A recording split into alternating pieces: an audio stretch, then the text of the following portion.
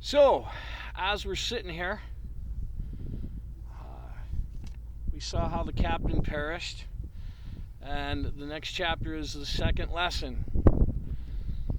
We know that the second lesson is not going to be all lives are connected. Is it going to be all lives have meaning or value? Lost love is still love? Sacrifice is a part of life? Or anger is a poison that eats from inside? Which one is that going to be? By the way, two sea lions just went swimming by. Just so you know that.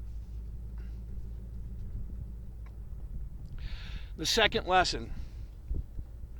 Jesus, Eddie said, closing his eyes, dropping his head backward. God, I had no idea, sir. It's sick. It's awful. The captain nodded and looked away. The hills had returned to their barren state, the animal bones and the broken cart and the smoldering remains of the village. Eddie realized this was the captain's burial ground. No funeral, no coffin, just his shattered skeleton and the muddy earth. "You've been waiting here all this time?" Eddie whispered. "Time," the captain said, "is not what you think." He sat down next to Eddie. "Dying? Not the end of everything. We think it is, but what happens on Earth is only the beginning." Eddie looked lost. "I figure it's like in the Bible, the Adam and Eve deal," the captain said.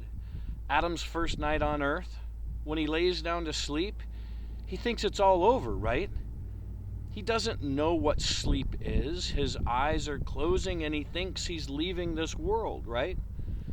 Only he isn't. He wakes up the next morning and he has a fresh new world to work with, but he has something else too.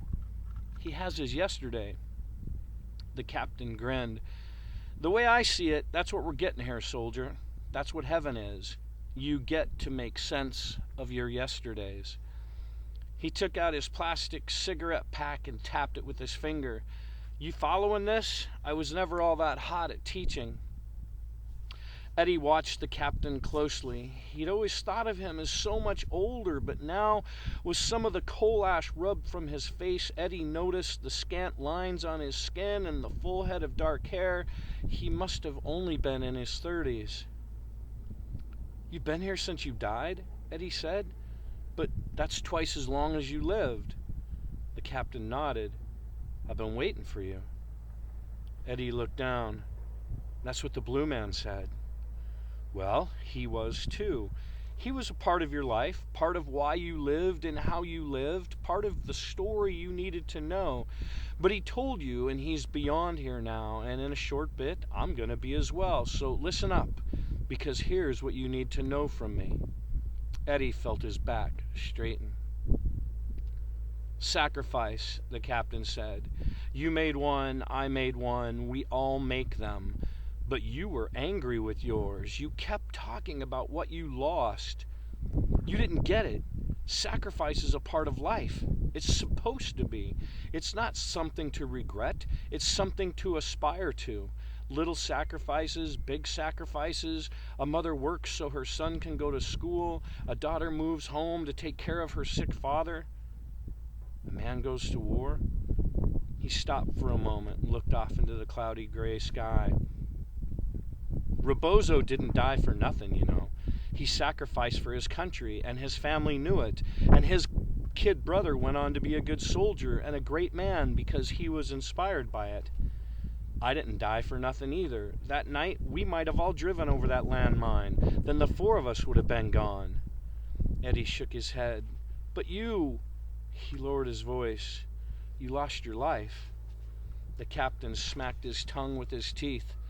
"That's the thing. Sometimes when you sacrifice something precious, you're not really losing it. You're just passing it on to someone else." The captain walked over to the helmet, rifle, and dog tags, the symbolic graves still stuck in the ground. He placed the helmet and tags under one arm, then plucked the rifle from the mud and threw it like a javelin. It never landed, just soared into the sky and disappeared. The captain turned. "I shot you all right," he said, "and you lost something, but you gained something as well. You just don't know it yet. I gained something too." "What?" "I got to keep my promise. I didn't leave you behind." He held out his palm. "Forgive me about the leg?" Eddie thought for a moment. He thought about the bitterness after his wounding, his anger at all he'd given up, and then he thought of what the captain had given up, and he felt ashamed. He offered his hand. The captain gripped it tightly. "That's what I've been waiting for."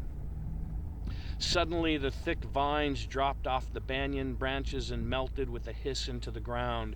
New, healthy branches emerged into a yawning spread covered in smooth, leathery grass and pouches of figs.